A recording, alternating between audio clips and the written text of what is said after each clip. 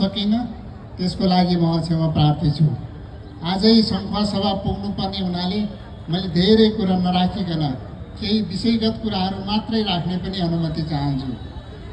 अघि धेरै कुराहरू जनरलजी लगायत अगाडिका वक्ताहरूले धेरै कुरा राखिसक्नु भएको छ। यहाँहरूको उम्मेदवार, यहाँहरूको अगाडि सबै आफ्नो प्रतिबद्धता व्यक्त गरिसक्नु भएको छ। उहाँहरूको प्रतिबद्धतालाई हेरेर तपाईहरुले आफ्नो अमूल्य मतदान गर्नुहुनेछ भन्ने म अनुरोध गर्दछु। वास्तवमा यो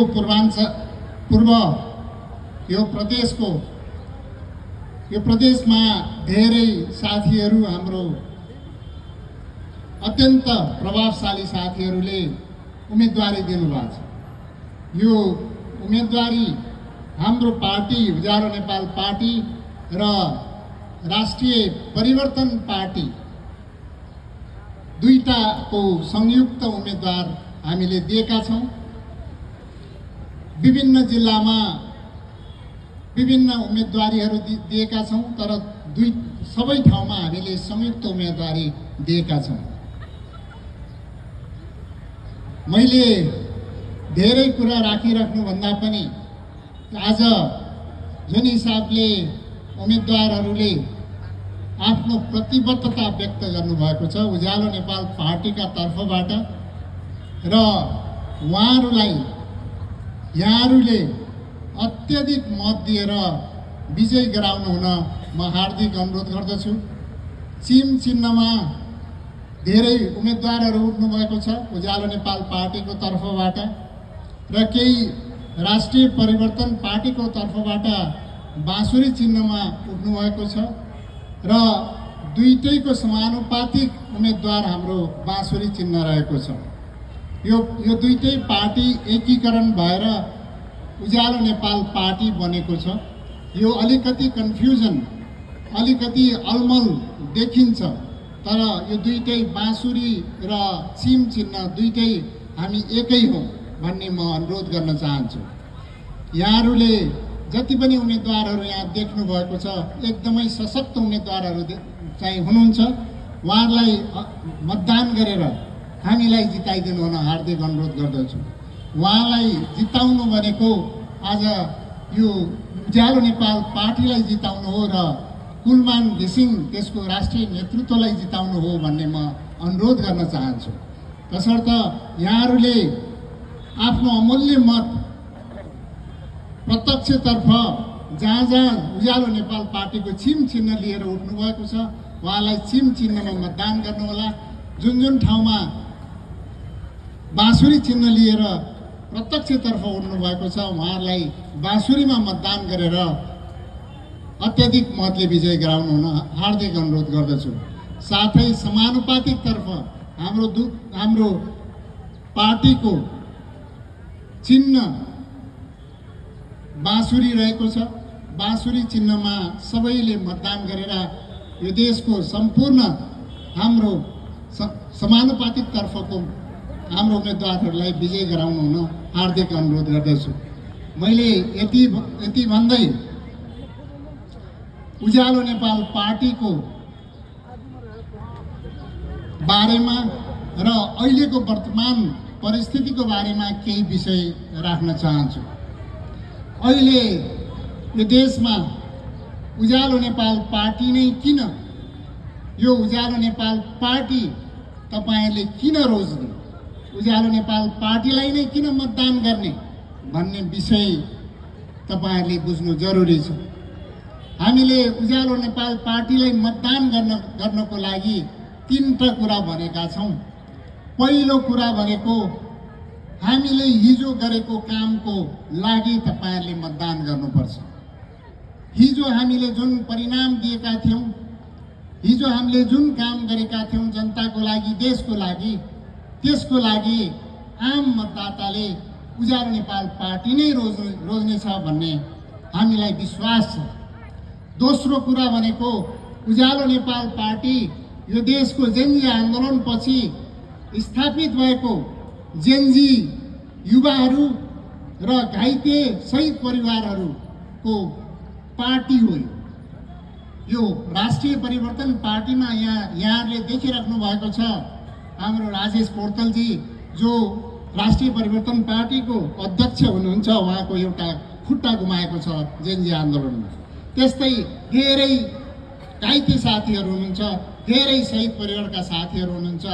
उहाँहरूले स्थापना गरेको राष्ट्रिय परिवर्तन पार्टी र उज्यालो नेपाल पार्टीभित्र पनि शहीद परिवार र जेनजी परिवारहरू, जेनजीका भाइ बहिनीहरू हामीले हाम्रो उज्यालो नेपाल पार्टीभित्र राखेका छौँ।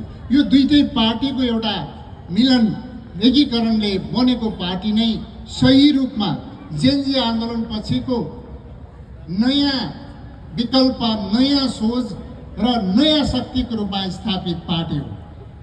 त्यसैले यो उज्यालो नेपाल पार्टीलाई किन मतदान गर्ने भनेको दोस्रो नम्बरको पोइन्ट भनेको यो वर्तमान हिजो 6 महिना अगाडि जुन आन्दोलन भयो त्यसमा बलिदान दिएको छ, रगत दिएको छ। यो बलिदानको लागि तपाईहरुले यो उज्यालो नेपाल पार्टीलाई मतदान गर्नुपर्छ भन्ने हाम्रो भनाइ हो। तेस्रो भनेको यो उज्यालो नेपाल पार्टी यो देशको समृद्धिको लागि, यो देशमा भ्रष्टाचार उन्मूलन गर्दै, सुशासन कायम गर्दै, सबै किसिमका विभेद र विसङ्गतिहरूलाई हटाउँदै, सामाजिक न्याय स्थापना गर्दै, समतामूलक समाज स्थापना गर्दै, यही देशमा सबै युवाहरूलाई रोजगारी दिँदै, यो देशको अर्थतन्त्र आत्मनिर्भर बनाउँदै, यो देशलाई सम्पन्न र समृद्ध देशको रूपमा अगाडि बढाउनको लागि हामीले रोड म्याप तयार गरेका छौँ, भिजन दिएका छौँ र त्यो भिजन अनुसारको कार्यान्वयन गर्नको लागि हामीले कार्यान्वयन कसरी हुन्छ भनेर, कार्यान्वयन दक्षता, कार्यान्वयन क्षमता र कार्यान्वयन कसरी हुन्छ भनेर पनि हामीले त्यो रोड म्यापमा दिएका छौँ। हाम्रो वचन, हाम्रो प्रतिबद्धता पत्रमा उल्लेख गरेका छौँ। हाम्रो भविष्यको लागि उज्यालो नेपाल पार्टीले यो देशको समृद्धिको लागि, यो देशको आर्थिक रूपान्तरणको लागि जुन रोडम्याप दिएको छ त्यसको लागि तपाईहरुले मतदान गर्नुपर्छ। यो तीनटा विषयको लागि तपाईहरुले मतदान उज्यालो नेपाल पार्टीलाई गर्नुपर्छ भनेर हामीले अनुरोध गर्दै आएका छौँ। हामीले हिजो लोड सेडिङ अन्त्य गर्यौँ। अघि मात्रै हाम्रा भाइ बहिनीहरूले नाटक देखाउनु भयो। हिजो लोड सेडिङको अवस्थामा के थियो भन्ने सानो झल्को देखाउनु भयो। शिक्षामा हामी टुकी बालेर पढ्नुपर्ने अवस्था, स्वास्थ्यमा हामी यो बत्ती नहुँदाखेरि अपरेसन गर्न नसक्ने र एउटा एम्बुलेन्स बोलाउनलाई चाहिँ नसक्ने, स्वास्थ्यमा गम्भीर असर पर्दा पनि यो बत्तीको कारणले, उज्यालोको कारणले धेरै समस्या थिए। लोड सेडिङ सँगै हाम्रो कार्यतालिका मिलाउनु पर्ने अवस्था थियो। समग्र क्षेत्र उद्योग तहस नहस थियो, होटल तहस नहस थियो, सबै क्षेत्र तहस नहस थियो, सामाजिक जीवन तहस नहस थियो। यस्तो एउटा लोड सेडिङको कारणले त्यस्तो तहस नहसको अवस्थामा हामी जीवन बिताइरहेका थियौँ। यो नेपालमा 18 घण्टासम्मको लोड सेडिङ हुँदाखेरि यो देशमा कसरी बाँच्दो रहेछ यो यहाँको जनता भनेर विदेशका मान्छेले खिसीट्युरी गर्ने अवस्था थियो। यसलाई हामीले 1 महिनाभित्र अन्त्य गर्यौँ, लोड सेडिङ अन्त्य गर्यौँ। हामी आएको 1 महिनाभित्र लोड सेडिङ अन्त्य गर्यौँ। यो 1 महिनाभित्र लोड सेडिङ अन्त्य भनेको सहरी क्षेत्रको जहाँ बत्ती पुगेको थियो 50% जनताले लोड सेडिङ अन्त्यको अनुभूति भयो। यो देशमा 100 राणाकालमा फर्पिङ जलविद्युत आउँदाखेरि बत्ती आएको थियो। 105 वर्षमा 73 सालसम्ममा 105 वर्षमा 50% जनताले विद्युतको चाहिँ सुविधा पाएको थिए। तर 50% जनता विद्युतको सुविधा बिनै 24 घण्टा लोड सेडिङमा त्यो बत्ती पुगेको थिएन। त्यसलाई हामीले 8 वर्षमा हरेक घरमा बत्ती पुर्याएका छौँ, गाउँमा बत्ती पुर्याएका छौँ, हरेक ठाउँमा बत्ती पुर्याएका छौँ, बस्तीमा बत्ती पुर्याएका छौँ, खेतमा सिँचाइको लागि बत्ती पुर्याएका छौँ। जहाँ बत्ती बाल्नको लागि मिटर लिनलाई पनि समस्या छ। विपन्नहरूलाई फ्रीमा मिटर बाँडेका छौँ र 20 युनिटसम्म फ्रीमा विद्युत दिएका छौँ। 30 रुपियाँ मात्रै तिरे पुग्ने अवस्था सृजना गरेका छौँ। सिँचाइमा हामीले 2 रुपियाँ युनिट मात्रै कायम गरेका छौँ। यो परिवर्तन, खानेपानी धेरै ठुलो समस्या थियो। खानेपानी हामीले सहुलियत गऱ्यौँ। विद्युतीय चार्जिङ स्टेसनमा सहुलियत गऱ्यौँ। यो देशको आम जनताले विद्युतको उपभोग गर्न पाए। लोड सेडिङ अन्त्य भयो। लोड सेडिङ मात्रै अन्त्य भएन, त्यो लोड सेडिङ सँगै एउटा सरकारी संस्था विद्युत प्राधिकरण 20औं वर्षदेखि घाटाको घाटा करिब 35 अरबभन्दा बढी घाटा थियो। त्यसलाई हामीले नाफामा लगेर 8 वर्षमा 1 खरबभन्दा बढी नाफामा ल्यायौँ र यो देशको बिजुली यहाँ मात्रै बालेनौँ, भारत र बङ्गलादेशको गाउँ गाउँसम्म बाल्नको लागि हामीले 20औं अरबको विद्युत हामीले एक्सपोर्ट निर्यात पनि गर्न सफल भयौँ। यो आर्थिक क्रान्तिको एउटा आर्थिक रूपान्तरणको एउटा नमुना थियो। हामीले बिजुली यहाँ मात्रै खपत गरेनौँ, हामीले बिजुलीलाई खपत कसरी बढाउनुपर्छ भनेर धेरै चाहिँ खपतका माध्यमहरूलाई अगाडि बढाउन आज देशभरि इलेक्ट्रिकल भेहिकल धेरै बढेको छ। इलेक्ट्रिकल सबै जसोले इलेक्ट्रिकल भेहिकलमा चाहिँ आफ्नो यातायात आफ्नो मोबिलिटी बढाएको छ। विद्युतीय सवारी साधन बढेको छ। इन्डक्सन कुकिङ बढेको छ। विद्युतीय सवारी साधनमा 1 देखि 2 रुपियाँ 1 देखि 1.5 रुपियाँ प्रति किलोमिटर कस्टमा अहिले विद्युतीय सवारी साधन चल्छ भने पेट्रोल डिजलमा 15 रुपियाँसम्म प्रति किलोमिटर पर्छ। यो ठुलो रूपान्तरण हो। अहिले विद्युत हामीले प्रयोग गरेर विद्युतीय सवारी साधन प्रयोग गरेको हुनाले अहिले पेट्रोल डिजल र ग्यासको इम्पोर्ट घटेको छ। यो ठुलो परिवर्तन हो। ट्रेड डेफिसिट हाम्रो घटेको छ किनभने हामीले इम्पोर्ट नै घटायौँ। हाम्रो विदेशी मुद्राको सञ्चिति बढेको छ र हाम्रो ट्रेड डेफिसिट व्यापार घाटा घटेको छ। यसले एउटा ठुलो रूपान्तरण गरेका छौँ। हामीले यो देशमा लोड सेडिङ अन्त्य गऱ्यौँ।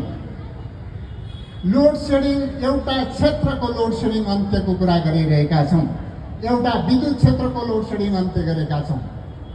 तर यो देशमा धेरै क्षेत्रमा लोड सेडिङ छ, धेरै क्षेत्रमा अँध्यारै छ। त्यो अँध्यारो र लोड सेडिङलाई अन्त्य गर्नको लागि यो उज्यालो नेपाल पार्टी जन्मेको। यो उज्यालो नेपाल पार्टीले अब सबै क्षेत्रको लोड सेडिङलाई अन्त्य गर्छ। सबभन्दा ठुलो लोड सेडिङ यो राजनीतिक क्षेत्रको लोड सेडिङ, राजनीतिक भित्रको दुर्गन्ध र अँध्यारोलाई हटाउनलाई यो उज्यालो नेपाल पार्टी जन्मेको छ। यो राजनीतिक क्षेत्र धेरै दुर्गन्धित छ। यहाँ भ्रष्टाचार छ, अनियमितता छ, आचरणमा धेरै चाहिँ आचरण नभएका व्यक्तिहरू यहाँ चाहिँ राजनीतिमा आएका छन्। यो भित्रको दुर्गन्धलाई हटाउनको लागि हामीले धेरै काम गर्नुपर्नेछ। अब अघि धेरै कुराहरू आयो, खानेपानीको कुरा आयो। हिजो लोड सेडिङ हुँदाखेरि कति मान्छेको व्यापार बढेको थियो। इन्भर्टरको व्यापार बढेको थियो, ब्याट्रीको व्यापार बढेको थियो, सोलरको व्यापार बढेको थियो, डिजल जेनेरेटरको व्यापार बढेको थियो। व्यापार बढेकै त्यहाँबाट ठुलो सङ्कटमा क्राइसिसमा कमाउने मान्छेहरू धेरै थिए। त्यो व्यापारहरू बढेको थियो। खानेपानीमा पनि त्यही व्यापार छ। खानेपानीमा लोड सेडिङ, खानेपानी सही टाइममा नदिँदा, खानेपानीमा धेरै चुहावट हुँदा खानेपानीको व्यापार, खानेपानीमा धेरै व्यापारहरू छन्। ट्याङ्करको व्यापार छन्, मिनरल वाटरको व्यापार छन्, धेरै ठुलो व्यापार छन् यो भित्र। तसर्थ यो खानेपानी भित्रको लोड सेडिङ अन्त्य गर्नुपर्छ। हरेक व्यक्तिले हरेक दिन जति खानेपानी उपभोग गर्न पाउनुपर्ने अन्तर्राष्ट्रिय मान्यता हो त्यो दिनुपर्छ, निरन्तर दिनुपर्छ। त्यो व्यवस्था गर्नको लागि उज्यालो नेपाल पार्टीले आगामी दिनमा खानेपानीलाई निरन्तर क्वालिटीको गुणस्तरीय खानेपानी, शुद्ध खानेपानी यो देशको हरेक जनतालाई एक घर एक धारा र हरेक हरेक जनताले शुद्ध खानेपानी प्राप्त गर्ने हिसाबले हामीले यो खानेपानीको लोड सेडिङ अन्त्य गर्नेछौँ। यो सबभन्दा महत्त्वपूर्ण जीवनसँग जोडिएको विषय छ। जति तपाईँ यो बत्तीसँग जोडिएको छ, खानेपानी त्योभन्दा बढी जोडिएको छ। तसर्थ यो धरानको मात्रै समस्या होइन, धरानको खानेपानीको ठुलो समस्या छ। यो काठमाडौँमै समस्या छ। मेलम्चीबाट खानेपानी आइरहेको छ।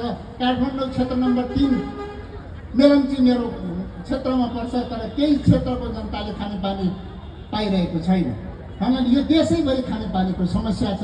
खानेपानी बाहेक अरू क्षेत्र, शिक्षामा, स्वास्थ्यमा अनि उद्योगमा, विविध क्षेत्रमा लोड सेडिङ छ। अँध्यारो छ। यो अँध्यारोलाई उज्यालो बनाउनको लागि, उज्यालो बनाएर हरेक व्यक्तिको अनुहारमा उज्यालो ल्याउनको लागि यो उज्यालो नेपाल पार्टी जन्मेको।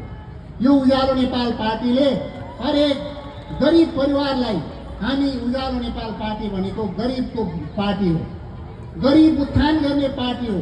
हामीले हिजो पनि गरिबलाई उत्थान गरेर आएका छौँ।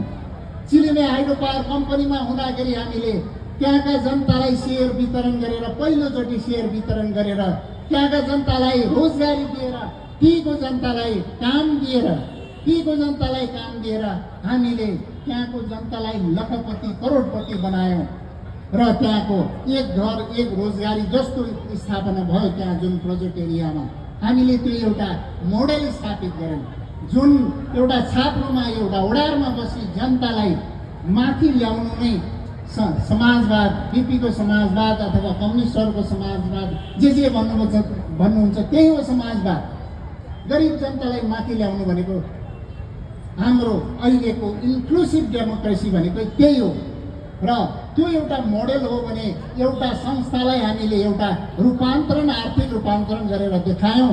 हिजो मन्त्री हुँदाखेरि यो देशमा काम कसरी हुन्छ, 15 वर्षसम्म काम नभएको कामलाई 3 महिनामा हामीले काम कसरी गऱ्यौँ, यो परिवर्तन कसरी हुन्छ देशभित्र, काम ठगी गर्ने, काम नगर्ने, अनि यो देशलाई रोजगारी भएन भनेर कराउँदै हिँड्ने, कामै नभएपछि रोजगारी कसरी हुन्छ।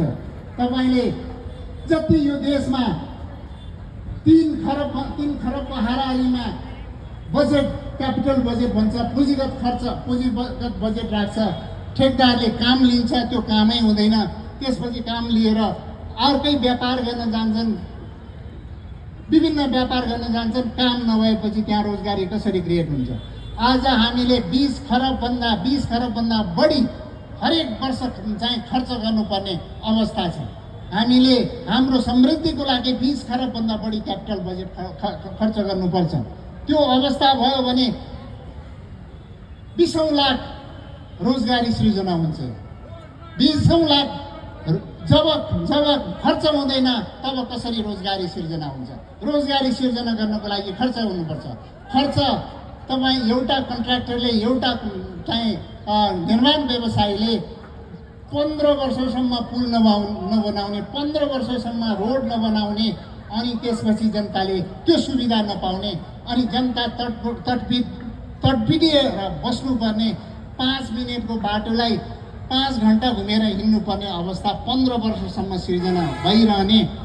अनि एउटा पुल, झापाको एउटा पुल 15 वर्षसम्म बनेन, कन्काई पुल, तर 3 वर्षभित्र भ्यू टावर बन्यो। त्यो झापाको पुल 30 करोडको पुल बन्नलाई 15 वर्ष लाग्यो, 15 वर्षमा पनि बनेन। हामी आएर ठेक्का तोडेर नयाँ काम सुरु गऱ्यौँ, तर 3 अरबभन्दा बढी लगानी गरेर झापाको भ्यू टावर बन्यो। यो जनताको लागि कतातिर लगानी गर्ने, लगानीको प्रायोरिटी कता हो भन्ने कुरा देखाउनु पर्ने आजको आवश्यकता। तसर्थ हामीले यो देशमा कसरी काम हुन्छ, हामीले एउटा ब्युरोक्रेसीमा बसेर, मन्त्रालय सम्हालेर र राजनीतिक व्यक्तित्वहरूसँग बसेर काम गरेर एउटा अनुभव बटुलेका छौँ, राजनीतिक अनुभव बटुलेका छौँ र कामको अनुभव बटुलेका छौँ, र यो देशमा कसरी द्रुत गतिमा काम गर्नुपर्छ भन्ने अनुभव बटुलेका छौँ। तसर्थ अब हाम्रो सरकार आएपछि हामीले द्रुत विकासको दशक घोषणा गरेर जाने भनेका छौँ। द्रुत विकासको दशक घोषणा मात्रै होइन, द्रुत विकासको दशक घोषणा गर्दै गर्दाखेरि यहाँ भित्रको कानुन नियम कानुन प्रक्रिया सबैलाई छुट्याउँदै सबै नियम कानुनलाई चाहिँ नचाहिने नियम कानुनलाई खारेज गर्दै संशोधन गर्दै छाता ऐन ल्याएर द्रुत गतिमा हामीले यो देशको परिवर्तनको लागि विकास निर्माणको काम अगाडि बढाउने भनेका छौँ। तसर्थ यो देशमा हामीले भनेका छौँ विद्युत जलविद्युत र समग्र ऊर्जा समग्र जलस्रोतको उपयोग जलस्रोतको व्यवस्थापन यो देशको जलस्रोतको व्यवस्थापन नै यो देशको समृद्धिको मुख्य आधार हो। यो जलस्रोतको व्यवस्थापन यो नदीहरूको व्यवस्थापन यो जलाधार क्षेत्रहरूको व्यवस्थापन नै यो देशको समृद्धिको आधार हो। यो जलस्रोतको व्यवस्थापन भनेको सिँचाइ आउँछ विद्युत जलविद्युत आउँछ पर्यटन आउँछ त्यसमा खानेपानी आउँछ सबै चिज आउँछ। यो जलस्रोतको समग्र रूपमा व्यवस्थापन नभएसम्म यो देशको समृद्धि हुँदैन। तपाईँ कन्काई पुलमा कन्काईका तलका धेरै फाँटहरू तटबन्धहरू आवश्यक